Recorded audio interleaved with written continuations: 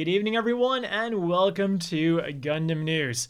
And for once it's been quite a slow news week, but we're still kicking off with one hell of an announcement. Gundam has decided to start a new project called U-Works, which I believe is called this way because it's a collaboration with the Yulala Cube Corporation. And as you can tell by the picture here, they're going to be releasing 3 golden statues. Now, we're not talking about golden plating or like they're plastic figures and they have like the golden finish we see with Gunpla all the time. No. These are going to be 24 carats full golden statues. Starting April the 20th, the fanciest Gundam fans can make the RX-78 theirs for $240,000 US, or a grand total of 26.4 million yen.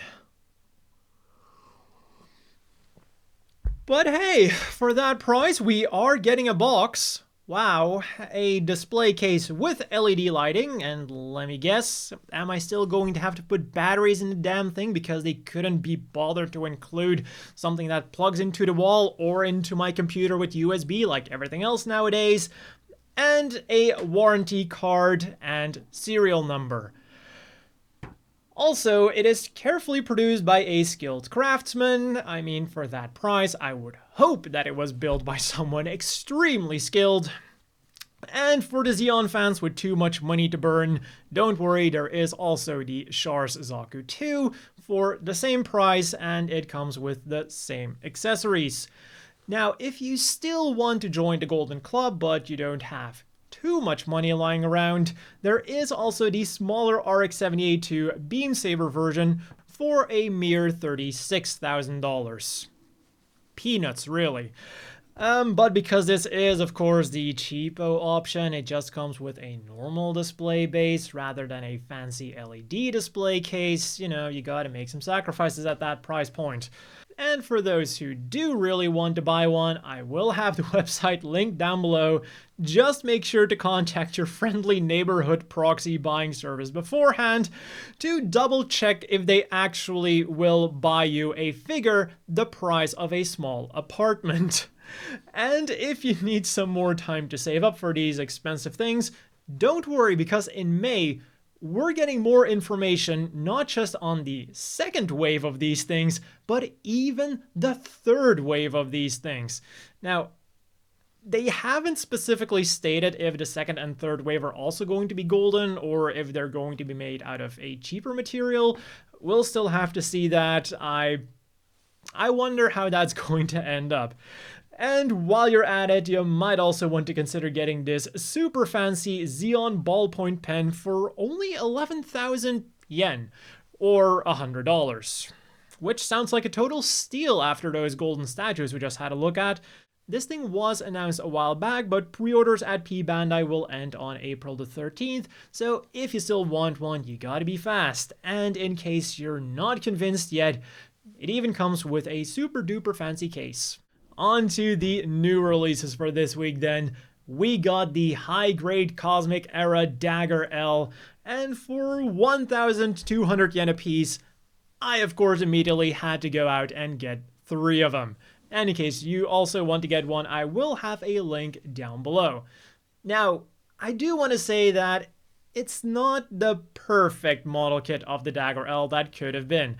It doesn't have these stiletto armor penetrators, and unfortunately Bandai also couldn't be bothered to throw in a striker pack. When we got to Gundam, I really thought the Dagger L was going to come with the Doppelhorn striker pack, because, you know, Gundam Jet Striker, and then the Dagger with the Doppelhorn pack. So now I wonder how, when, or even if we're going to get the Doppelhorn Striker Pack, because there are a couple of ways they could go about this. They could follow the example of the Leo and release like a Dagger full accessory pack where it comes with all the striker packs, all of the weapons that it comes with, because it also didn't come with the bazooka that we've seen it use at some occasions. The most famous one that I remember being the attack on Armory 1, where the Dark Dagger L used it. Then the second way they could do it is like they did with the Victory Gundam and the Zaku Warrior, where they just re-release the thing but throw in the Striker Pack. And then the final thing they could do is that they just include it with the Dark Dagger L once we get that, and then also include the bazooka with that thing. And talking about striker packs, when are we finally going to get the multi-striker pack? You know, the one that has like the option to equip a variety of missiles, so that it's very useful for a variety of missions, the one with the nuclear missiles. On to today then, we got the Gundam Marker Ex plated silver. And last week I asked if anyone had any experience with these, because the results seemed very optimistic. Like, they were saying you could get a perfectly plated kit by just using it as a marker. Like, not using any airbrush or special life hack things. And according to quite a few of you, it does actually work like that. So for 660 yen, that does sound like a really good deal, and I am now extremely much on the fence whether or not I will buy one. If it was gold, I probably would have picked it up. And talking about colors, do you need a monitor with high definition image quality and an overwhelming color palette, but damn it, it needs to be more Gundam themed? Well, look no longer, because starting today, you can get the ROG Strix XG279QG Gundam Edition, or the Tough Gaming VG278QGL1A Zaku 2 Edition from ASUS through participating stores that you will probably have to use a proxy buying service for. In other news then, Mika Akitaka has again blessed us with a new Gundam girl, and this time she is based on the Zaku FZ from Gundam 0080. And I totally love what he did with the helmet there. Now the legs then have that usual kind of Victory Gundam feel about them that he seems to be using a lot on his Gundam girls nowadays. Like, I'm not exactly against it, but it makes his Gundam girls all feel kind of the same nowadays, because in the past, they used to be way more inspired by the mobile suit itself, so they looked way more varied.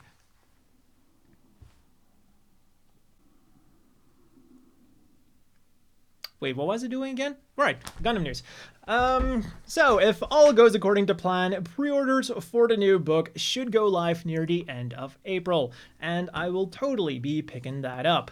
On the Gundam Apparel front then, we're getting the Matilda lineup from Bankore, and starting yesterday, you could pre-order a zip-up hoodie with her name on the front and portrait on the back for 8,250 yen, around $80, a cushion cover for 3,300 yen, a long towel for 3,520 yen, a big pouch for 2,420 yen, and of course, an acrylic keychain for 880 yen. As for the big news from the Gundam Cafe, they're having a collaboration with Max Coffee, but unfortunately there's no coffee here, just Hyakushiki chiffon cakes for 918 yen. Sweet. And we're wrapping up this week with a fun poll from Gundam.info. Later on in the month, we're getting a t-shirt with the Zabi family design on it. So, of course, they're now asking us which other photo from that, which other photo that we see in the Gundam anime would you like to see printed on a t-shirt as well? And all the way at the bottom of the poll so far, with a mere 26 votes, we have the Iori household from Gundam Build Fighters. I'm just kind of surprised to see them at the bottom of the poll, but then again, when you look at the other entries, they're all really popular, so at the same time, I'm also not surprised. The next one, though, 37 votes for the Zinnerman household, that I am kind of surprised about, because Gundam Unicorn is pretty damn popular, especially when you consider that with 42 votes, the next one then is Jamil and Lucille from Gundam X. Now, I'm a huge Gundam X fan, so I'm just happy that they're not in last place, but I never would have expected them to beat out something from Gundam Unicorn. So, well, I'm pretty happy about this, to be honest. Then with 44 votes, and I'm just going to point out, all of these entries are pretty much neck and neck, so far, everything is really close. So with 44 votes, we have the Cashew brothers from G Gundam, followed by 61, the family portrait of the Noah family. With 70 votes, we have the Build Divers crew, and then 75 votes for Kira and Kagali.